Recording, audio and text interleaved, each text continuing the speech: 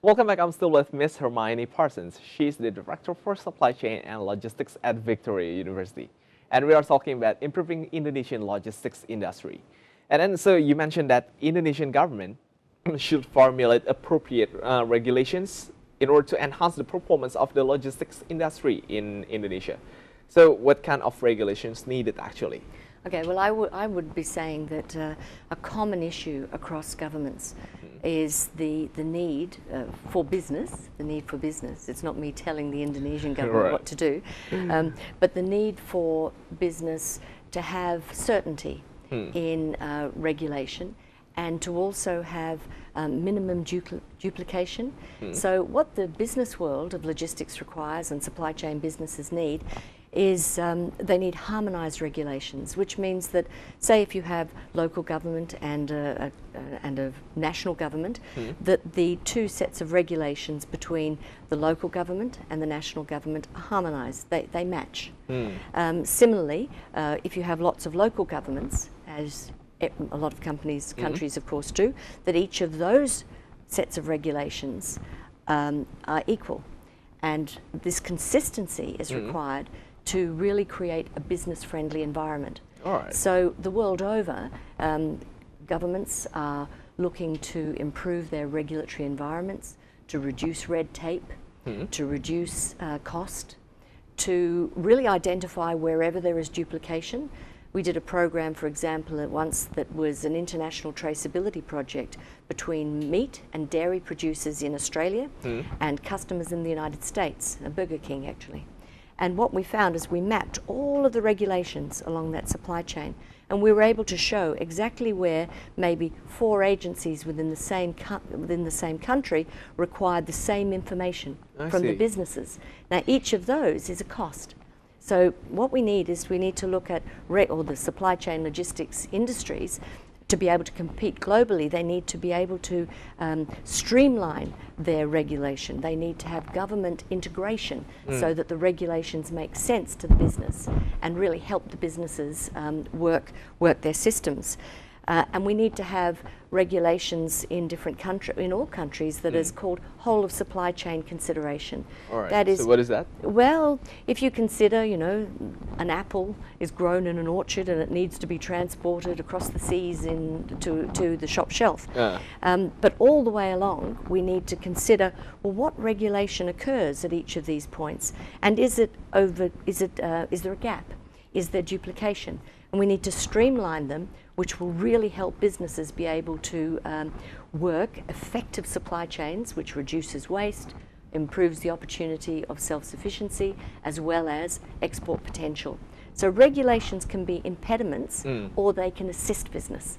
And this is actually what the blueprint for Indonesia has really carefully identified. So great credit is due to the industry government partnership that exists in Indonesia.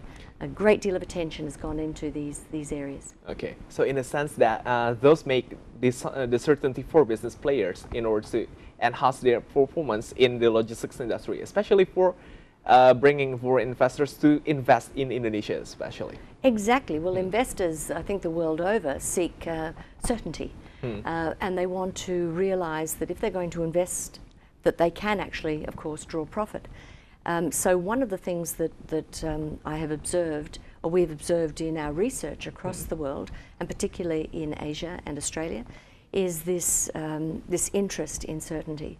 And that's a very attractive trigger for investment.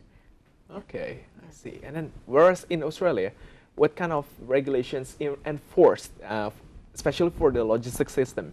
Okay, well, Australia has a number of states and different jurisdictions. We have local government, we have state government, and we have the national government, as you know, because you studied there. And Right. And in each of those governments, we have what's called cross-border regulatory issues. So, for example, there is a town called Mildura. And Mildura sits very close to 3 borders. It's in Victoria, but it's near New South Wales, and it's across the border from South Australia. So truck companies will be taking their freight across those borders every day. Until recently, the truck drivers would have to have 3 sets of books, would have to be licensed in 3 different states. Okay. And this is all cost. And the license plates as well? No, they would carry 1 license plate of that country, but they of that state. But all of the costs of having 3 sets of books all the time was just ridiculous. So what the Australian government has done, and the states have agreed, is to have a national heavy vehicle regulator. So the licensing is national, and the control and the regulations are national. So there's 1 set of business books that the companies need to keep. This is a cost saving and very important. Another initiative is national road and national rail safety regulators. Again, instead of it being a local government issue or a state government issue, it's a national issue.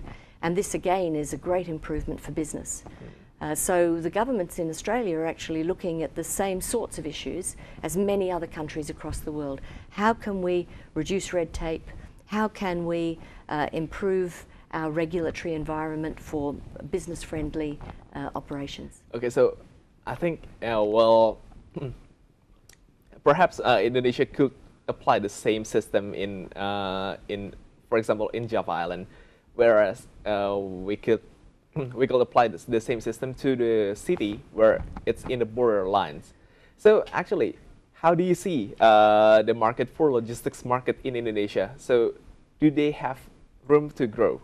Absolutely. I mean, Indonesia, apart from, is such an interesting and wonderful country to be working with, never mind to be visiting. And at the moment, I believe that in terms of ports, Tanjung Priok Port is the 22nd largest port in the world.